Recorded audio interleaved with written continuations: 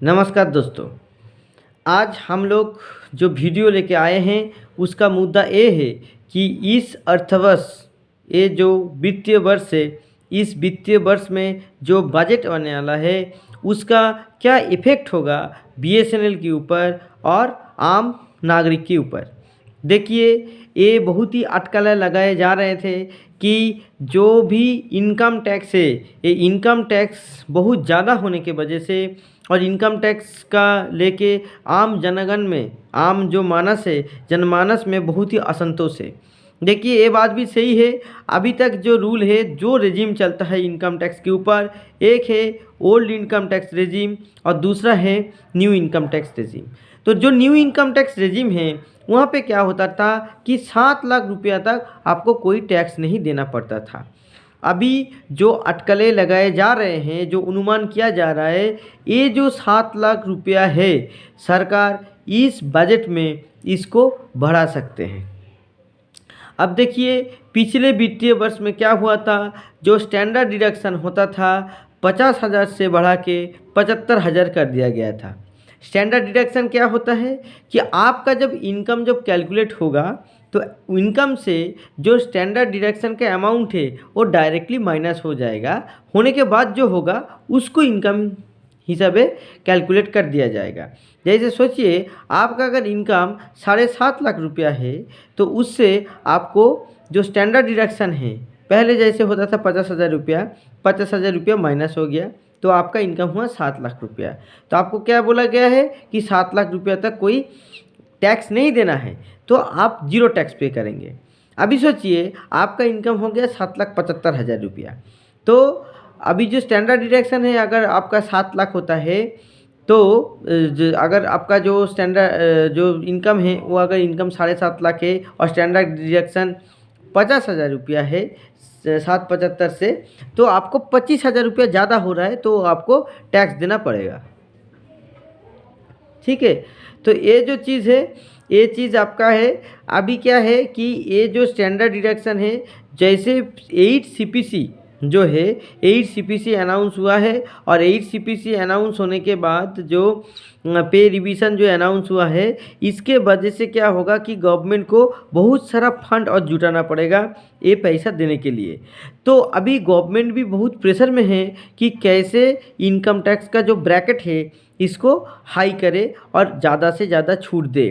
तो हो सकता है दोस्तों कि इनकम टैक्स का जो 7 लाख रुपया अभी तक जो है उसको अगर बहुत ज़्यादा नहीं बढ़ेगा, हमको जहाँ तक लगता है 1 लाख या 1.5 लाख रुपया ही इसको बढ़ाया जाएगा।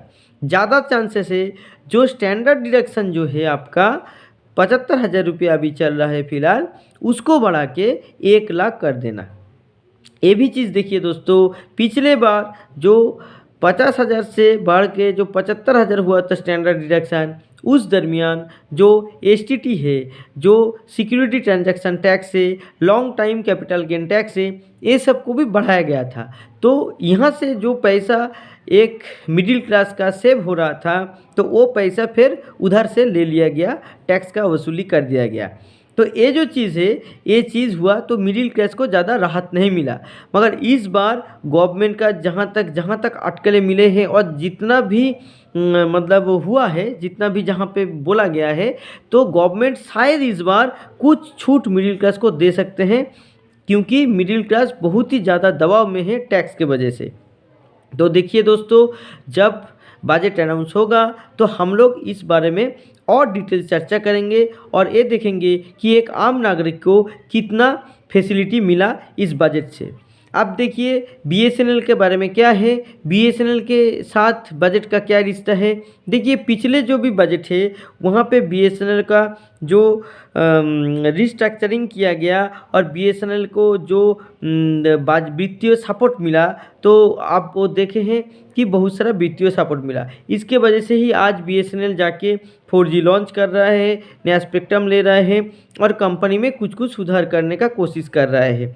तो ये जो चीज़ है, ये चीज़ इस बार भी देख सकते हैं, जो पुराना बजट का जो पैसा बीएसएनएल को मिला है उसके अलावा जो मिलने वाला था शायद उसका कुछ हो।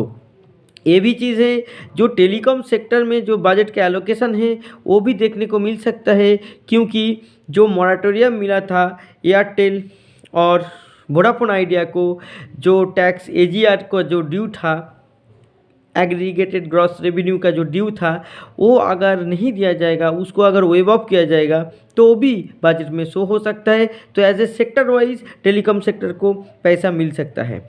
और दोस्तों आप लोग जानते हैं डिजिटल जो निधि है उस हिसाब से जो यूनिवर्सल ऑब्लिगेशन फंड है, यूनिवर्सल ऑब्लिगेशन का फंड से टेलीकॉम सेक्टर को पैसा मिल सकता है। तो इसमें बीएसएनएल का कितना फ़ायदा होगा वो देखने का है। बीएसएनएल मैनेजमेंट इसको कैसे यूज़ करते हैं और इससे क्या क्या होता है।